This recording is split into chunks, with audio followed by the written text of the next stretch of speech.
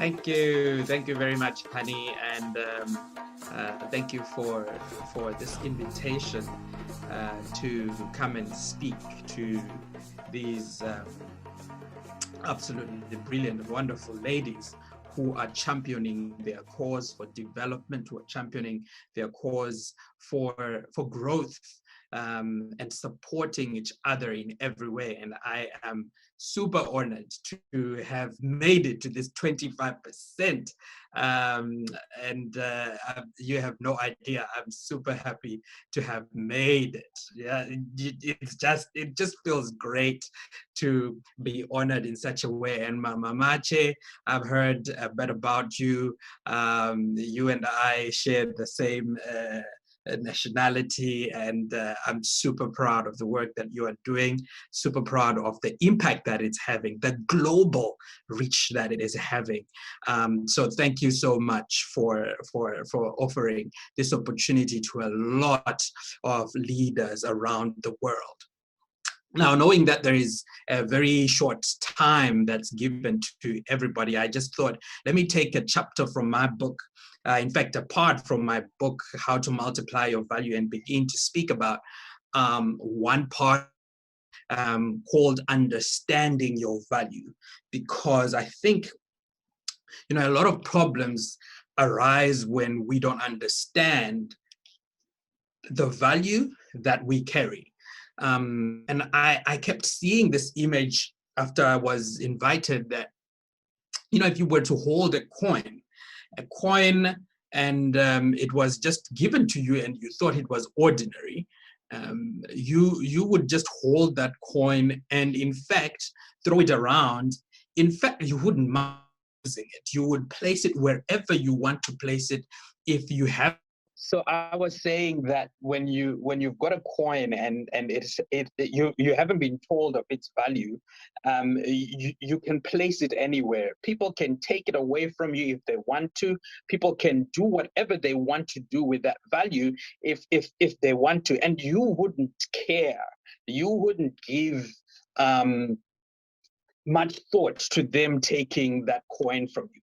But if you were to be given that coin and there was a history that you were to be told about that coin, and people were saying, this coin is actually worth 2 million US dollars because it has a history. You see, it has been passed from royalty to royalty. In fact, the history of it is that it has had this and this and this, and a story was to be formed around it.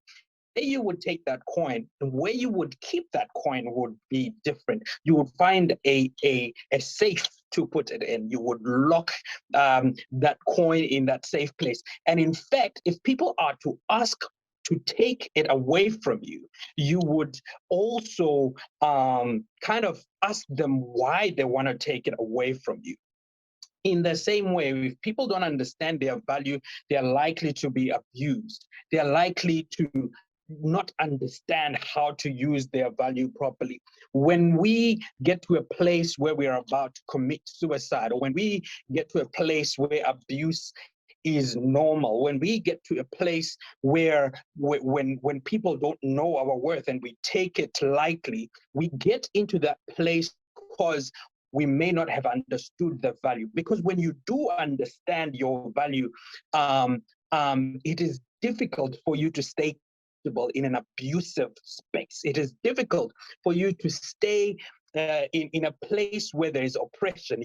You understand your worth, and therefore no price that is too low for your value is worth giving. And so here are my points about understanding the value that you have.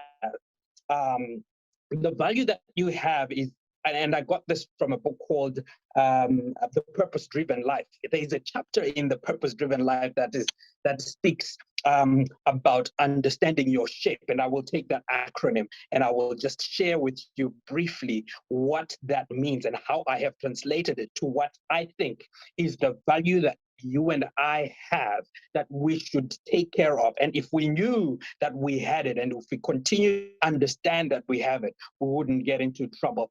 The first one, the S, is that we have the spirit of a winner. And the reason why we say you have the spirit of a winner is because you are not a mistake. You are here by design and by purpose. Circumstances may seem to suggest that you are here by mistake. Circumstances may seem to suggest that there was no plan for you, but there is a plan for you from above for you to be here. And the fact that you have overcome so much means that you are special, and you should value that.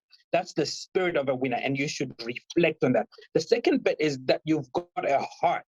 That's so S and H. The H is the heart. The heart is the place that stores your ambitions. It's the heart that stores your passion. And I want to talk about your ambition a little bit. Sometimes, because we may not see our value the way we see it, we don't value the dreams that come into our minds. We don't value the thoughts about our future that come into our mind, but they are inspired thoughts. They are inspired thoughts. It's not a mistake that Uma Mamache, when she was looking at the world, dreamt of her story and made it global. It's a thought that is coming, and it is divine, and it's a dream that you have. So you must learn to value the dreams that you have. You must also learn to value the passions that you have. It's not a mistake that you may be passionate about empowerment. It's not a mistake that you may be passionate about issues of justice. It's not a mistake that you are passionate about family. It's not a mistake. There is a reason. It is part of the value that you carry. It is part of that coin value that when you know you know how to treasure it, you will keep it in a good place. I want to move on to the A. The A is a place of abilities, your natural talents, what you have been given as natural. It is your superpower, the things that you alone can do. And when you do that, people know that you have a special touch. At the last conference that I had, there is a guy called Doug who says, the world needs more you. The world needs more you, not a revised version of you, not a diluted version of you, but the you that should come out, because the abilities that you have are special and they should be treasured. It's not a mistake that when you speak, people listen. It's not a mistake that when you speak, people always ask you to close and give a vote of thanks at a funeral or at church. It's not a mistake. Part of who you are. But if you knew that it was part of your treasure, you would know that this treasure needs to be exposed, needs more experience, needs me to invest more education in it, and it needs me to get more experience in it, because you know it is part of your value. I hope I am making some sense tonight, because I feel like I am making a lot of sense. So you've got this shape that has abilities. Now the P stands for your personality. Your personality has to do with the way that you think and the way that you behave. The way that you think and behave is also unique to you. So studies have gone into this, and personality tests here. There are various ones that go through, and we may go into them in detail, but I just want to let you know that the way you think and behave is unique to who you are. There are strengths that you have within your personality. There are people who are generally strategic thinkers. When things come through to them, they think strategically about them. They're thinking about the future. And then there are people that think with the relational mind. When a task is given, they think about the people around them and how they feel and how they should take the team forward. And there are people that when they are given a task are yellows. They attract people. They are they bring people close to them. And then, there are people when a task is given would still behave in a different way. Now, this is a set of personality descriptions. You need to zone in and find out the value of your own personality. Find out how you tick, how you work. Are you a strategic thinker? Are you a relational thinker? Are you an executor? There are people when they're given a task, all they think about, let's get it done. My wife and I are super different in that way. I may have a bit of that strategic when she leads with a doing that. So when we are holding the same position, when I'm trying to advise as a husband, no, why don't you write a proposal? She takes my proposal and she tears it up and she says, you write the proposal after we get the work done, because that's how she functions. And it's special functions in that way. And I must value that. That's her way forward. And there are times when we need serious executors, no thought leadership, no, because we need things to get done. Now, the last one has to do with experiences, and this I value so much. We don't choose some of the experiences that we've gone through. It's not a mistake that I'm a Black man. It's not a mistake that you have the color of the skin that you have. It's not a mistake that I'm addressing her story. It is a treasure. It is part of who you are. It is an experience given divinely to you. And they are bad and good experiences that have been gifted to us, and we need to value them. The good ones, I won't dwell much on them, but the bad ones are the ones I want to talk about just in the 1 minute that's left.